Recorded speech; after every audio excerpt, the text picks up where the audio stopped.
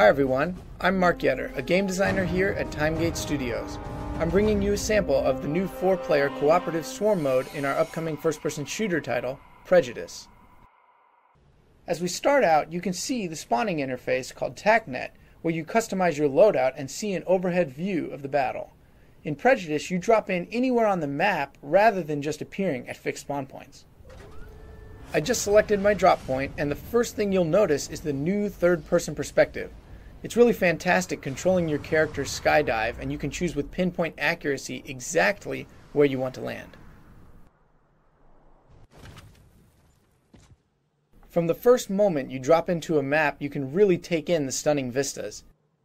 These maps are large enough to support the epic 32-player battles you saw in Section 8, but this game mode is designed for you and a few friends to hold a position against continuous waves of increasingly difficult enemies. Alright, let's get this game started and get to the control point my team has to defend against the swarm. In these big maps, getting around is really no obstacle because your powered armor suit can sprint itself up into overdrive. Couple this with our jetpack, and you can pull off some pretty impressive maneuvers. Everything looks good. Let's get down to the control point.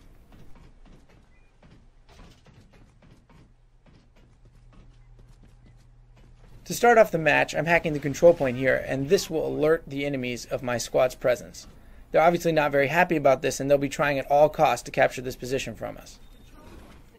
I'll give you a tip here, and you can see, just like how we dropped in from orbit, you can see the enemies dropping in as little fireballs there in the distance.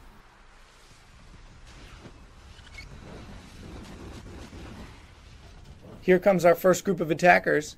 These smaller scout waves are a nice warm-up for what's to come. You can see I made quick work of that first guy with my assault rifle. Let's introduce these two to my grenades. Nice! Let's get back on top of our control point, protect the other side. You know, you have to try not to get overconfident with these first waves because they go down in a couple of shots or a grenade. Well, if I could manage to hit one, but they'll definitely get progressively harder as the match continues. We're going to go ahead and skip forward a few times during this video so I can show you all of the juicy stuff. If you look at the bottom left corner of my screen next to the minimap are the requisition points I've earned throughout the match. You earn these by getting kills, assists, or completing objectives on the battlefield, and you can then use these points to purchase deployables and vehicles anywhere you want on the map. Here I am calling in a minigun turret, and you can see it burn in from orbit just like the players in the game. I can set up my defenses any way I like, and it allows for some really interesting tower defense style strategies. No time for a break though, here comes the next wave. Between my new turret and my allies, these guys should really be easy work. Dang, that turret really is shredding the enemies. Notice the lieutenant here.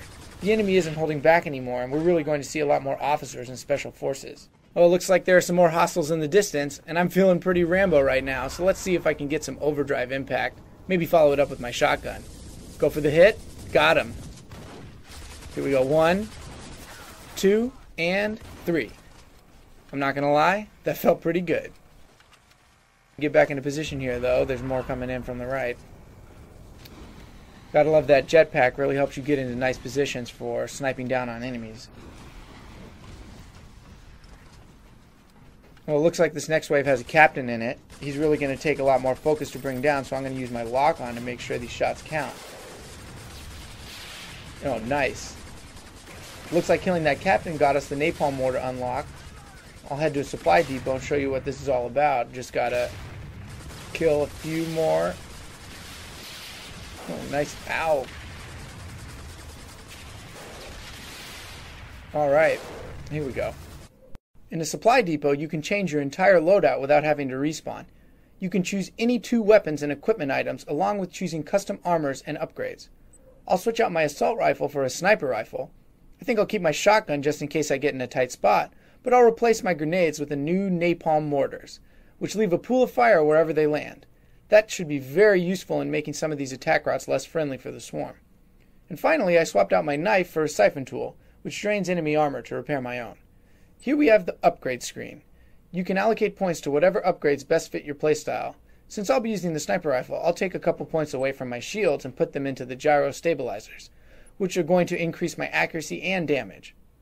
Alright, let's do this. Phew, that sniper rifle really packs a punch. A lot of people really wanted a stronger sniper rifle than in Section 8, and we were happy to oblige. You'll notice in Prejudice, lock-on lasts for only a limited number of shots along with its long cooldown, making it a key strategic tool but not a replacement for skill on the battlefield. Whoa, looks like these arms are trying to capture my CP behind my back. Not if I can help it. Well, there you can see the napalm mortar. That was a pretty bad miss, but at least it looks pretty. Oh, this is bad news. Looks like they managed to hack my control point behind my back. We have a short time to defuse the hack or my team will lose the game. Maybe I can finish off a couple more guys and make the defuse myself. Here we go. Down you go. Looks like it's safe to defuse. Oh, nice. Graves has got it covered. Skipping ahead. Ah, there we have that great napalm mortar damage I was talking about. Oh, looks like there's our first airstrike. Every 5 minutes, our fleet's bombers assist us with a flyby carpet bombing, completely leveling all of the armed forces. Man, I love those explosions. The airstrike bought me some valuable time, so I think I'm going to take advantage and summon our new vehicle, the hoverbike. While not as beefy as our other vehicles, it packs a fierce combo of speed and firepower. Now I just have to wait for our dropship to make my delivery. Shouldn't be too long. Any time now? Ah, there we go. Awesome. Let's see if I can give you guys a good demonstration of my new toy here. The bike's machine guns are exceptional at shredding enemy infantry, as you can see. Also, with its great speed, overdrive plows, oh yes, just like that, are one of the most fun things to do with our new bike. It's also equipped with these deadly missiles. The bike is a great skirmisher for getting quickly in and out of combat and dealing great damage. The bike also has a jump jet pretty similar to your jetpack, and if you're lucky, oh, well, not quite for me, but if you're really good, you can land on people and get some crushing kills. Our bike's really just toying around with these infantry here. Ooh, but I see a mech on our mini-map. Let's see how we can fare against this. Bring it on, mech. Let's see our machine guns. Oh, whoops. I guess we got a little too close. Well, I have to say, that's at least a pretty epic way to die. That fatality did give me some serious mech envy, and luckily, I have enough RP saved up for a mech of my own. The mech has a few upgrades since Section 8, and you can see the machine guns are pretty powerful here, helping our missile turret take out that bike. Roll around the CP here, and I can see a really big group of infantry. We're pretty outnumbered, but I wouldn't underestimate the power of this mech. These twin AI cannons on the arms are making quick work of those infantry. Jump in. Maybe a melee kill right there. Nice. Ooh, I really want a piece of this bike, but it's going to be close. I'll have to get in close to him. Leap in. Corner him on this rock here. Oh, gotcha. Fatality time. Ha. Awesome. Let's skip ahead again here and show how loadout choices can really play a major role in Prejudice's strategy.